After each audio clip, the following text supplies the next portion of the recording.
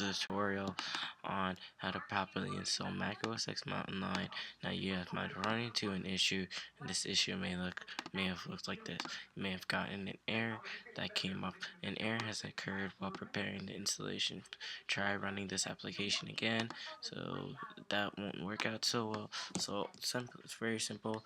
Pull the controller, right click here, and press your package contents, press contents, and here you press shared support, and in shared support you want to put the install est.dmg file somewhere safe like the desktop, and after that you'll have it somewhere like your desktop obviously.